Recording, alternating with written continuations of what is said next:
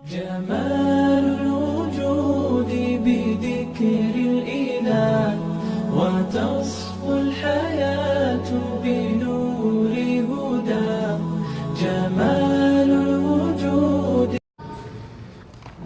الحمد لله الذي أنزل الكتاب على عبده والصلاة والسلام على صاحب المعراج. أما بعد فأعوذ بالله من الشيطان الرجيم. بسم الله الرحمن الرحيم. قال الله تعالى إن هذا القرآن يهدي للتي هي أقوم. صدق الله العظيم. وقال النبي صلى الله عليه وسلم تركت فيكم أمرين لن تضلوا ما تمسكتم بهما كتاب الله وسنة رسوله او کما قال علیہ الصلاۃ والسلام. ہر ایک عضو کو میرے گناہوں کی لت ہے، ہر ایک عضو کو میرے گناہوں کی لت ہے. سمجھوں کیسے قرآن کو جس میں پاکی کی شرط ہے. میرے انتہائی معزز اساتذہ کرام اور میرے ہم سفر ہم مکتب ساتھیوں، السلام علیکم ورحمۃ اللہ وبرکاتہ. آج میں آپ حضرات کے سامنے جس موضوع کو لے کر حاضر خدمت ہوا ہوں وہ ہے عظمت قرآن. مگر میرے موضوع کی ہمہ گیری سخن محفل کی نزاکت و بے قرانی اور اپنے علم کی کمائیگی کا اعتراف مجھے اس بات کی اجازت نہیں دے رہی ہے کہ میں موضوع کا سرا کہاں سے تلاش کروں.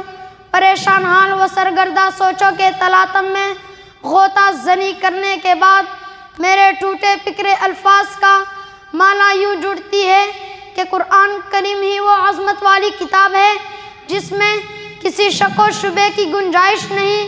ذالک الکتاب لا ریب فیہ، صرف یہ نہیں بلکہ جس نبی پر اترا وہ نبی نبیوں میں اعلیٰ اور برتر تمام انبیاء کا سردار ہے.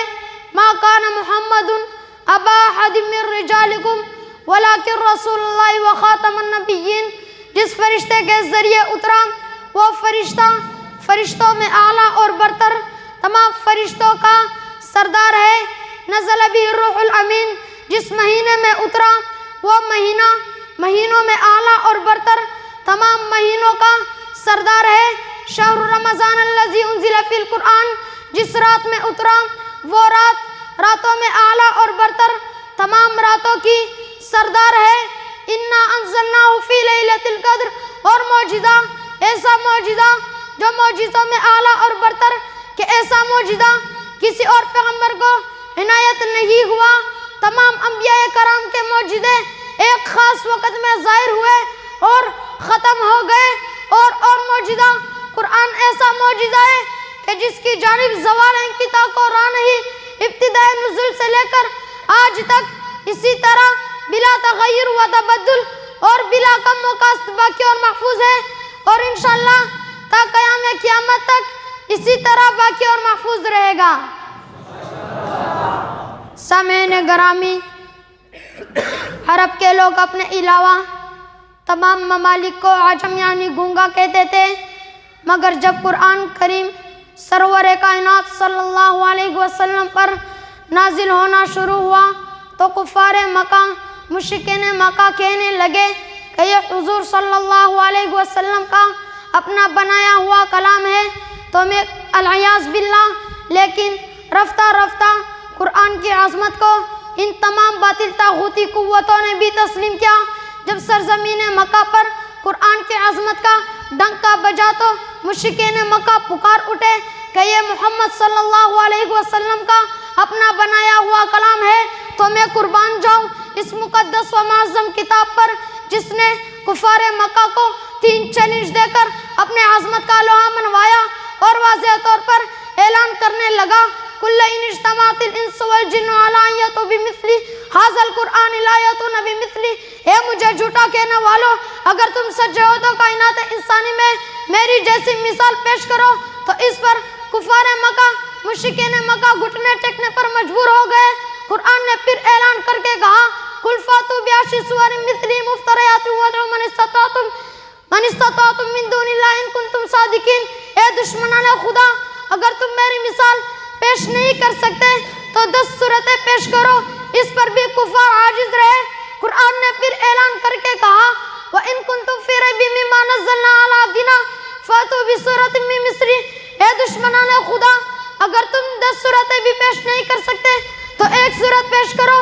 گویا قرآن کریم و عظمت والی کتاب ہے کہ جس کی فضاحت و بلاغت، سلاست، دل آویزی اور لطافت کے مقابلے سے بڑے بڑے ادیب فصیح و بلیغ عاجز رہے.